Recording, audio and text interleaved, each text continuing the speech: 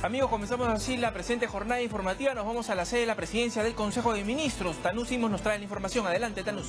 Y acuerdos tomados en el Consejo de Ministros. Sí, buenas tardes. Conferencia de prensa de Palacio de Gobierno tras la sesión del Consejo de Ministros.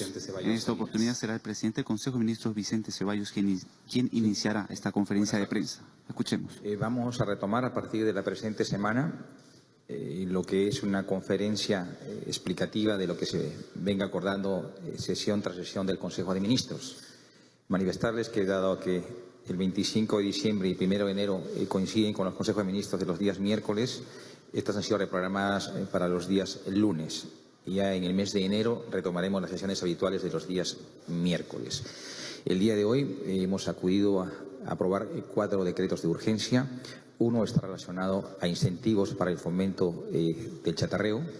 Esto es coincidente con la responsabilidad que tenemos como Gobierno de proteger el medio ambiente, de retirar del parque automotor todas aquellas unidades vehiculares antiguas, y para ello también se ha predeterminado un monto de 80 millones para que sean parte de los incentivos que se están comprometiendo a través de este marco normativo. Lo segundo, semana tras semana hemos venido ya discutiéndolo al interior del Consejo de Ministros. También fue en su momento manifestado por el señor Presidente de la República el decreto de urgencia para el fortalecimiento de salud. A efecto de ello, el Estado como empleador está incrementando sus aportes a salud en lo que respecta a los CAS. Estos recursos obviamente van a permitirles mayor fortaleza financiera a salud para su equipamiento, para su implementación, para mejorar lo que es su infraestructura y especialmente para contar con mayor número de profesionales médicos, asistentes, enfermeros, todos los profesionales necesarios. El tercer decreto de urgencia que hemos aprobado es la reprogramación de aportes previsionales adeudados a las AFPs por parte de las entidades públicas. En los distintos niveles de gobierno, tanto local, regional como nacional, tienen adeudos pendientes de pago con las AFPs por alrededor de 7.000 millones. Con este DU, que permite la exoneración de multas e intereses moratorios, vamos a bajar de ese monto alrededor de 1.000 millones y estos van a ser reprogramados para un periodo de 10 años de pago.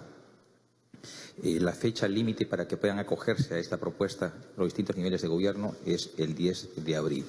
Pero lo más importante es que esta propuesta de decreto de urgencia tiene un impacto positivo en los trabajadores, incluido muchos de ellos que ya están en la condición de jubilados.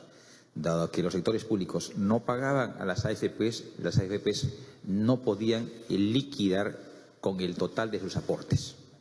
El cuarto decreto de urgencia que se ha aprobado son las reglas sobre los ingresos de los trabajadores del sector público.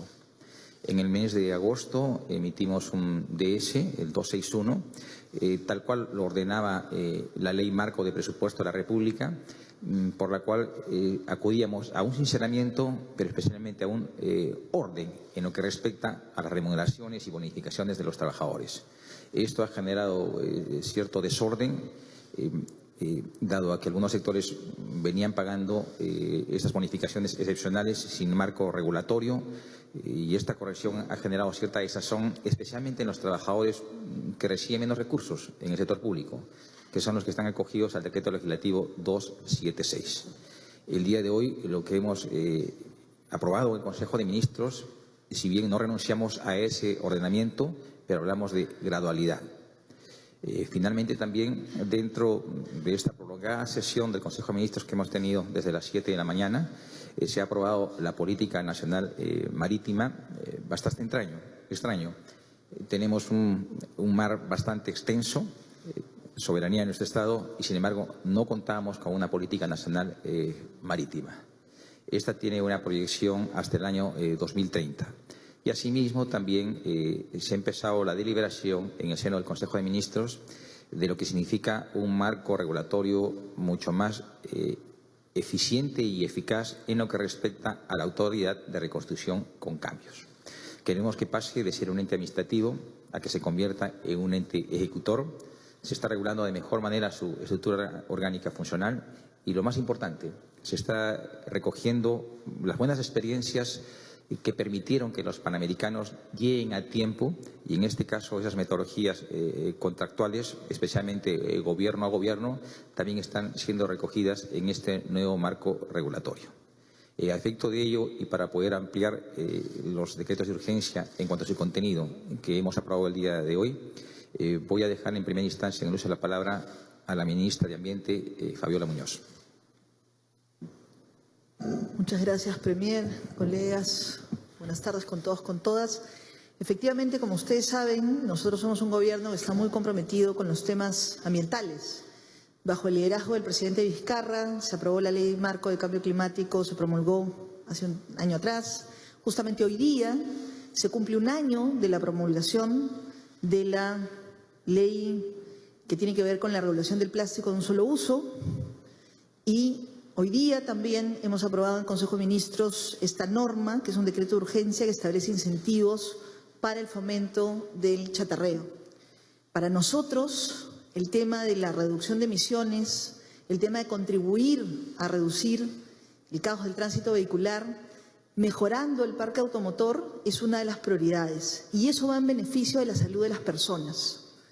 Un componente muy importante de la contaminación del aire, de la calidad del aire, tiene que ver con las emisiones generadas por los autos muy antiguos.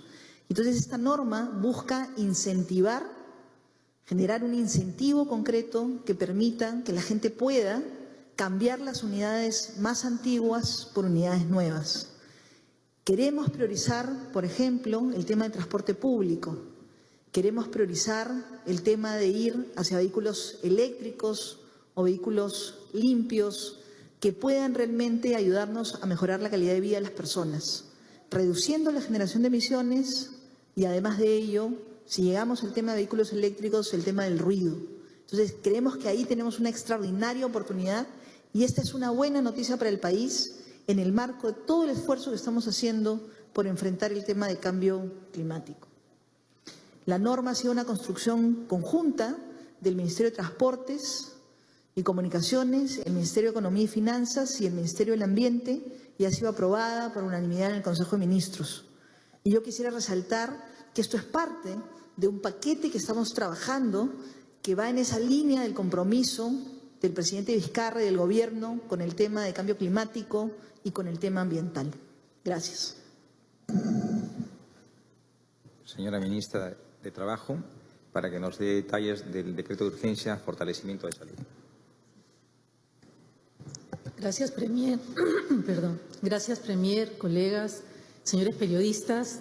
Estamos dando como Gobierno un paso trascendental después de casi 11 años de que se postergase eliminar o ir, mejor dicho, incrementando el tope de la cotización que el Estado, en su condición de empleador, hace a la seguridad social.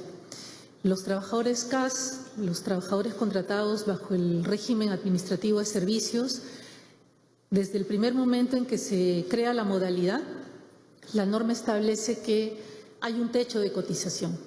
A diferencia de todos los trabajadores cuyos empleadores aportan el 9% que se calcula sobre su remuneración completa, en el caso de los trabajadores CAS había un tope o un techo. ¿Cuál era este techo? El 30% de una UIT, independientemente del monto de la remuneración de nuestros trabajadores CAS. ¿Esto qué cosa reportaba? Reportaba ingresos menores a la seguridad social cuando la necesidad de atención ante el seguro social no distingue si un trabajador es CAS o si no lo es, si pertenece al sector público o privado. En ese sentido, en una muestra de voluntad política de fortalecer sus instituciones, aquellas que ofrecen servicios de salud, como es salud, y que además con esta medida y con estos recursos se puedan desarrollar aspectos muy concretos, porque el decreto de urgencia acota el destino de estos recursos, de estos mayores recursos a la seguridad social, como la renovación de equipos, la remodelación y, más que la remodelación, la rehabilitación de establecimientos de salud que se encuentran en estado crítico, en particular también solventar la contratación de personal para garantizar la operación de estos establecimientos que se van a repotenciar. Todo ello redunda en favor de la salud de los asegurados y no solo eso, porque en el marco de la política de aseguramiento universal en salud, la herramienta que también este Gobierno está impulsando, que es la de intercambio prestacional, va a ser posible que los establecimientos que son regidos o gestionados por Salud y los establecimientos que son gestionados por el sector salud, ya sea MINSA o gobiernos regionales, puedan intercambiar servicios con los correspondientes pagos a más establecimientos en el primer, segundo y tercer nivel de atención. Se garantiza de una manera más eficiente, más óptima, que todos los peruanos puedan acceder al derecho a la salud. Gracias. Gracias, ministra. Para explicar los contenidos y alcances del decreto de urgencia sobre reprogramación de aportes previsionales y sobre las reglas de los ingresos de los trabajadores del sector público, dejamos en uso la palabra a la ministra de Economía. Buenas tardes con todos. Primero voy a referirme brevemente al decreto de urgencia referido a los trabajadores del sector público. La Ley de Presupuesto 2019 y también el decreto de urgencia referido al presupuesto 2020 tiene una vocación de ordenar progresivamente la planilla pública. No solamente porque la planilla es un componente importante del gasto público, sino también porque nuestros trabajadores se merecen tener las reglas de juego claras y tener predictibilidad sobre sus pagos mensuales. En este sentido, como parte de una habilitación en la Ley de Presupuesto de este año, se publicó un decreto supremo, el 261, que básicamente definía unas reglas de juego para el régimen laboral 276. Durante la implementación de este decreto supremo se han identificado diversos aspectos de mejora que, a partir de reuniones con gobiernos regionales, con gobiernos locales y con muchos ministerios, hemos tenido un planteamiento que lo que busca es mejorar la aplicación de este decreto supremo 261. Básicamente el objetivo es que los trabajadores vengan cobrando como venían cobrando antes de la publicación de este decreto Supremo 261 y que en adelante podamos establecer una dinámica de trabajo de ordenamiento de todos sus conceptos remunerativos. El segundo decreto supremo tiene que ver con lo que se le llama la reprogramación de los pagos a los aportes previsionales.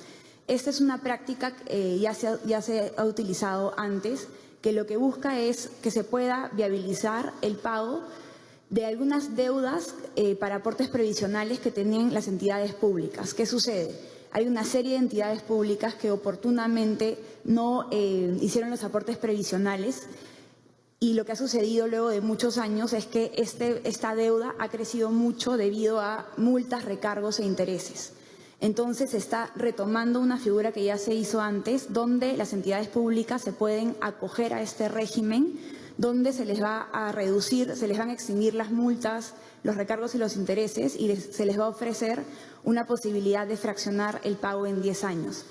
Esto, que es una viabilización para las entidades públicas, es una gran ventaja para nuestros afiliados.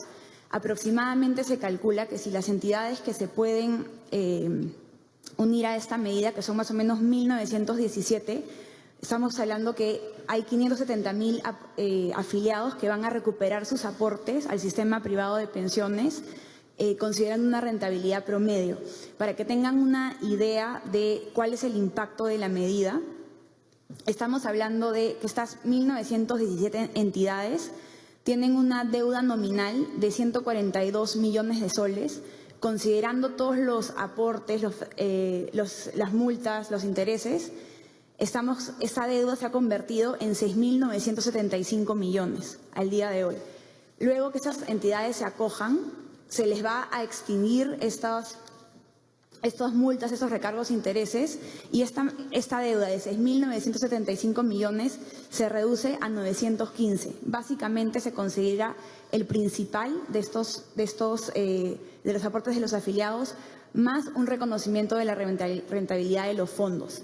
Como lo ha señalado el Premier, vamos a dar hasta abril de este año para que las entidades se puedan acoger. Son entidades del Gobierno nacional, el Gobierno regional, el Gobierno local, de tal manera que cuando hagamos la formulación del presupuesto 2021 podamos incluir los recursos provenientes de este proceso de acogimiento. Muchas gracias. Muy bien, muchas gracias, Premier y ministras, por sus intervenciones. Vamos a empezar ahora con el bloque de las preguntas de ustedes, señores periodistas, y en primer lugar escucharemos la pregunta del periodista Rob Reina de RPP.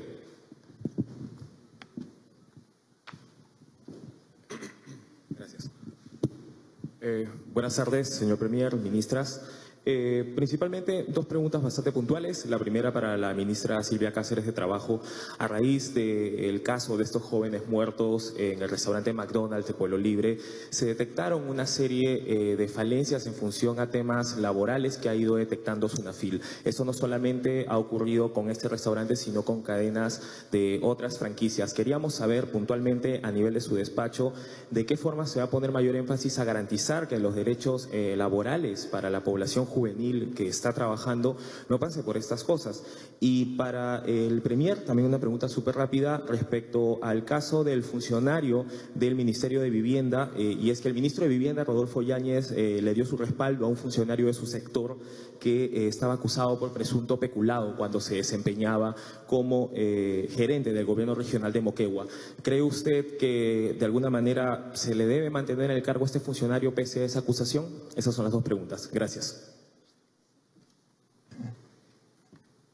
Bien, frente a los lamentables acontecimientos en la tienda de comida rápida McDonald's que cobró la vida de dos jóvenes, lo que tengo que en primer lugar hacer es reiterar las condolencias a la familia. Nada afecta más a la naturaleza humana que la pérdida o la afectación de una vida, y sobre todo cuando ésta se frustra en razón del trabajo que venían desarrollando tanto estos jóvenes como cualquier otra persona que se dirige a la expectativa de obtener un ingreso fruto de su esfuerzo en el trabajo.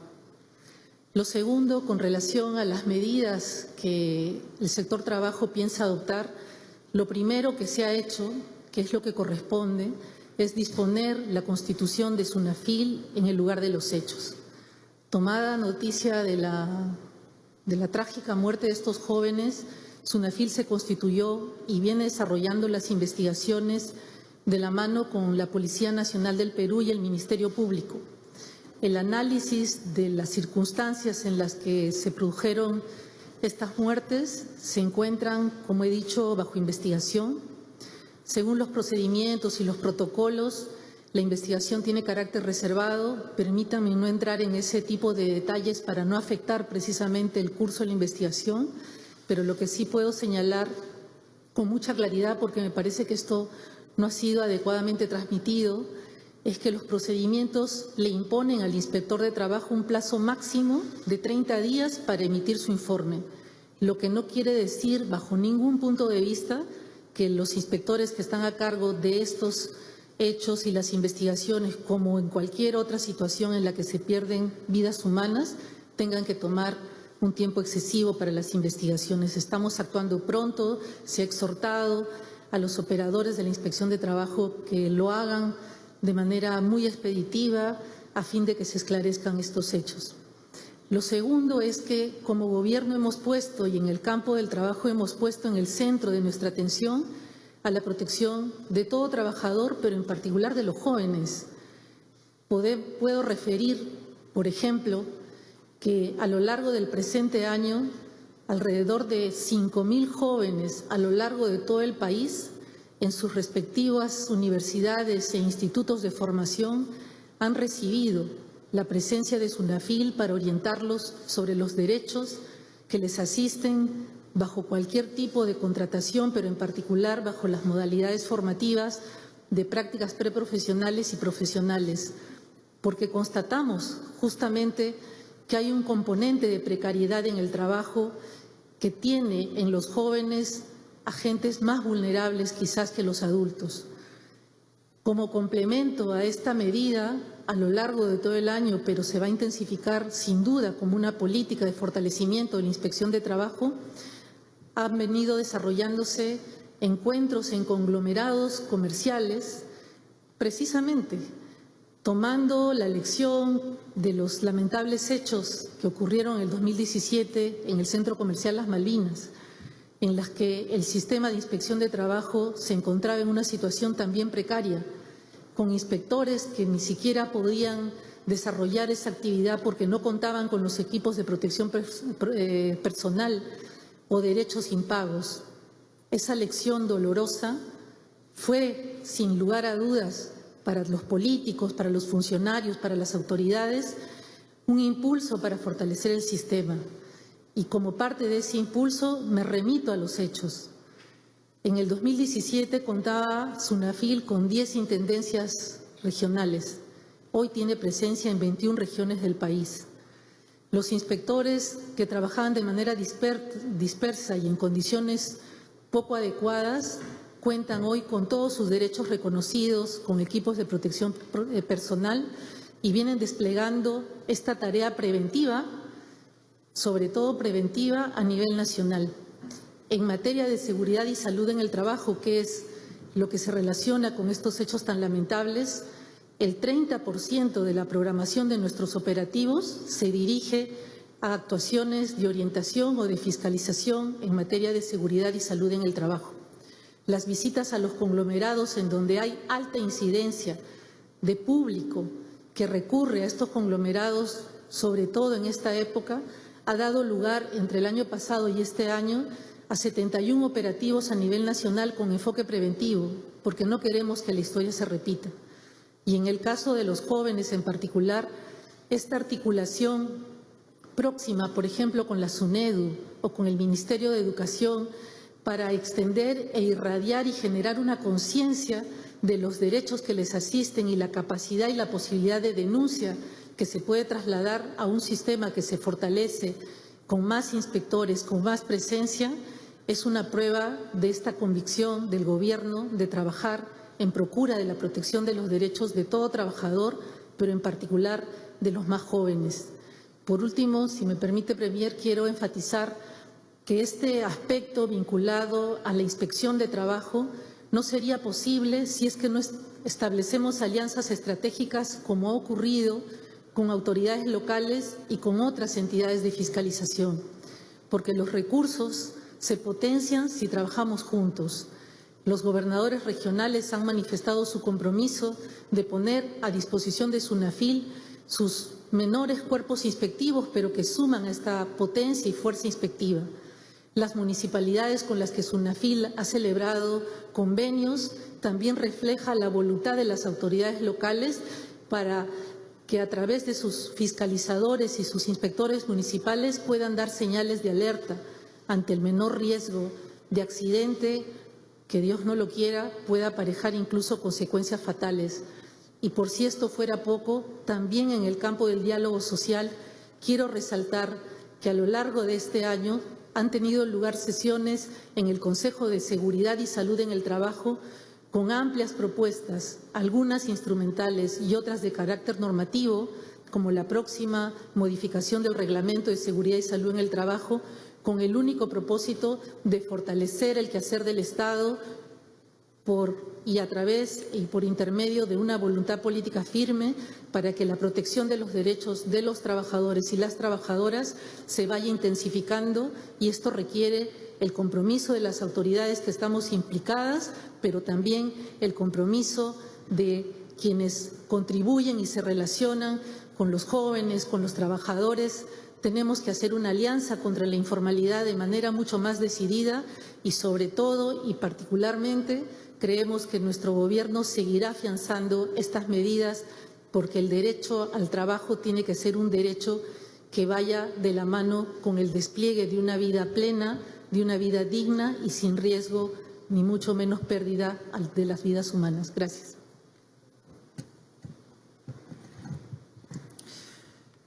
Quienes trabajamos en este Gobierno estamos sujetos a reglas de aptitud y de probidad. El señor ministro del sector, el ministro de Vivienda, ha manifestado que en tanto no hay una sentencia o una resolución que determine responsabilidades, no hay justificación alguna para retirar a este funcionario. Nosotros, como un Gobierno democrático e institucionalista, respetamos la discrecionalidad y autoridad con que cada ministro toma decisiones al interior de su sector. No obstante ello, hemos peticionado expresamente al señor ministro que nos eleve un informe pormenorizado del estado situacional en que se encuentra este proceso y el funcionario qué grado de involucramiento tiene en él, asimismo que nos informe de qué procedimientos administrativos de manera colateral se han aperturado. A efecto de ello, se tomará la decisión más pertinente. Gracias. Siguiente pregunta de la periodista Ani Torres del diario La República.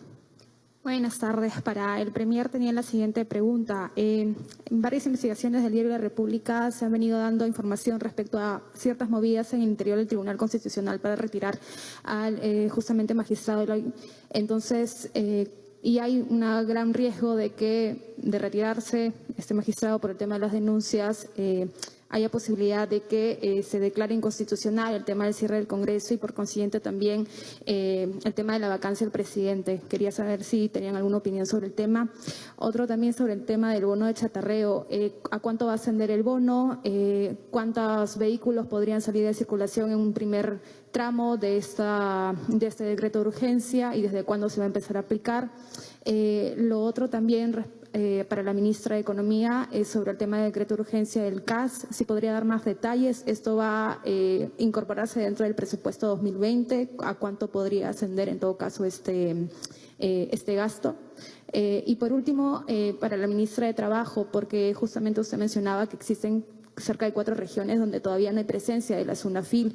¿Qué se va a hacer allí? Se ha, por ejemplo, solicitado al MEF incorporar mayor presupuesto para el fortalecimiento de la SUNAFIL y dentro de la ley, de la próxima reglamento de la Ley General de Trabajo, ¿qué aspectos justamente se van a priorizar para evitar este tipo de accidentes, lamentables accidentes de jóvenes, ¿no? Muchas gracias. Ministra Fabiola.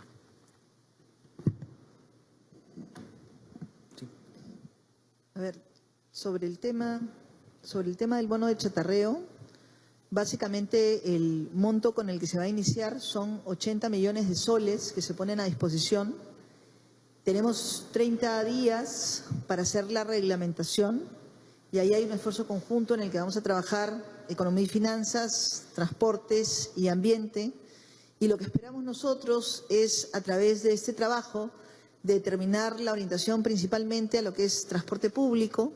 No tenemos una cifra exacta de cuántos vehículos, porque es parte justamente de lo que vamos a tratar de definir, pero la idea es que es una política concreta de incentivos para reducir el parque o cambiar el parque automotor antiguo por uno nuevo. El costo del decreto de urgencia de salud, el monto aproximado, dado la planilla actual, es aproximadamente 160 millones de soles. Se estima que los gobiernos, las entidades van a poder financiarlo con sus propios recursos, dado que la planilla CASA al final de año siempre presenta saldos. De todas maneras, habría una previsión de aproximadamente 80 millones de soles de ser necesario para que el Ministerio de Economía y Finanzas lo habilite. Bien, sobre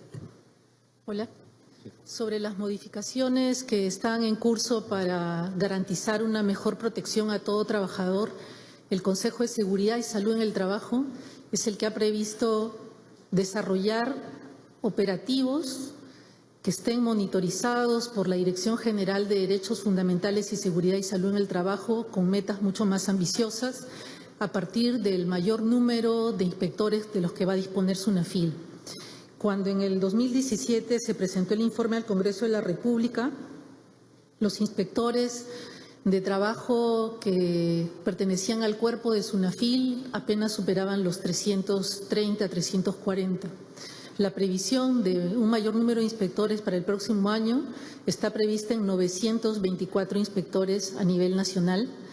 A su vez, todos van a poder contar con las condiciones para la supervisión que van a desarrollar. La presencia en todo el país, en todas las regiones, también está garantizada. Se ha previsto, además, una demanda adicional que se está sustentando en este momento a efectos de que SUNAFIL pueda tener también oficinas desconcentradas en aquellas regiones en donde la sensibilidad frente a posibilidades de abuso, afectación de derechos sea más acusada. Todo ello también una lógica de prevención y de protección de derechos fundamentales teniendo también como líneas de trabajo la no discriminación en el empleo y la igualdad remunerativa entre hombres y mujeres. Gracias. Gracias. Vamos a escuchar ahora...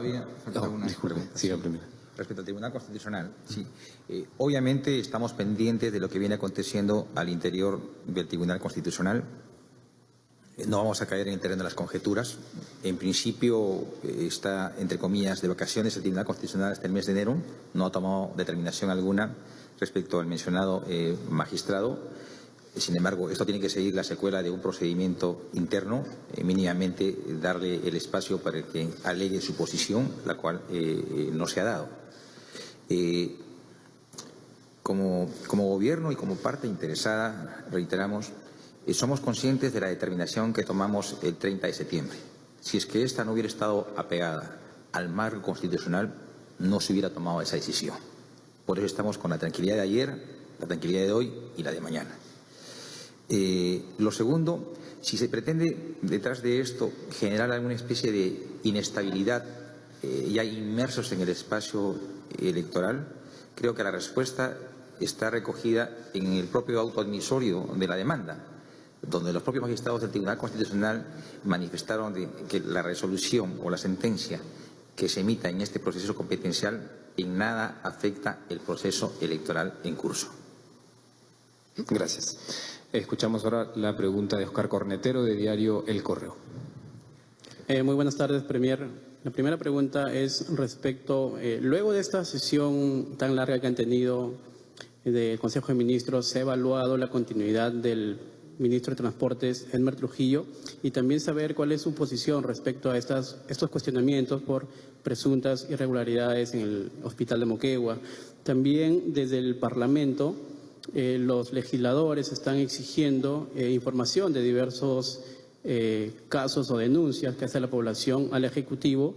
Estos pedidos los va a tomar Pedro Laechea y los va a derivar al Ejecutivo. Quiero saber si ustedes están dispuestos a brindar esa información.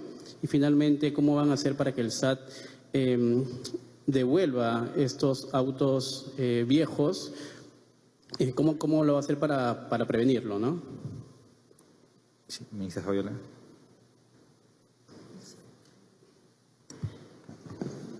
A ver, la idea no es que la gente, por el bono del chatarreo, simplemente devuelva sus autos viejos, sino la idea es incentivar a que uno pueda cambiar los vehículos por vehículos más modernos o incluir incentivos económicos o no económicos para que, por ejemplo, si alguien tiene un vehículo de 20 años, pueda cambiarlo por uno nuevo con una generación de emisiones más bajas o, por ejemplo, electromovilidad. Entonces, no es que el bono obliga a las instituciones a hacer los cambios, lo que hace es incentivar una conducta para que pueda producirse este cambio y se reduzcan las emisiones. Sí. A esto último, no perdamos tres premisas que está detrás de este decreto de urgencia chatarreo. Lo primero es la protección al medio ambiente. No solamente es una política que compromete al Ejecutivo, sino a la sociedad en su conjunto. Lo segundo, el objetivo de esta norma es velar por la salud pública y por darle a la ciudadanía mayor seguridad vial. Respecto a la información que va a solicitar el presidente de la Comisión Permanente, Pedro Laechea, lo ha manifestado, que de acuerdo a la Ley de Acceso a la Información Pública, como cualquier ciudadano puede requerir la información que considere pertinente. Y como parte del Estado estamos en la obligación de acceder a esa información requerida.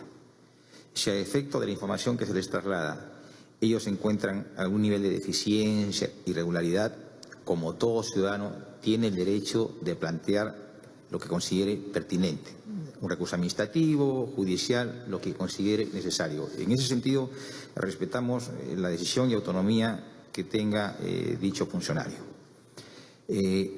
A efecto de ello, nosotros como Gobierno no rehuimos ningún requerimiento de información. Es una regla. Cualesquiera que sea el requerimiento, entendemos que detrás de él hay un afán constructivo de, a través de la transparencia, hacer una mejor gestión pública. En el tema del ministro Elmer Trujillo, él de manera reiterada y pública ha manifestado su posición, el grado de relación que tiene con los hechos denunciados, pero se hace necesario puntualizar algunos aspectos. En primera instancia, el informe alcanzado por Contraloría exime de cualquier responsabilidad al señor presidente de la República y al mismo ministro de Transportes, Elmer Trujillo. Han habido 2 investigaciones fiscales, las cuales han sido archivadas.